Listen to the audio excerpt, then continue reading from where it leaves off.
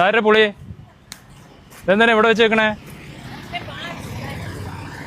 ആരടുത്ത് ചോദിച്ചിട്ടുണ്ടായിരുന്നത്?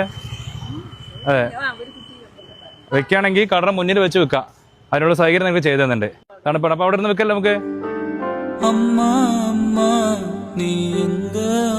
അതെടുത്തോളൂ, ഞാൻ തന്നെ എടുക്കാം.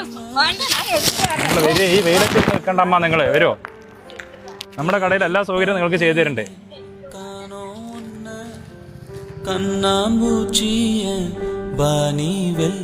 ഇവിടെ നിങ്ങൾക്കുള്ള എല്ലാ സൗകര്യം ചെയ്തു തരുന്നുണ്ടല്ലോ അമ്മക്ക്.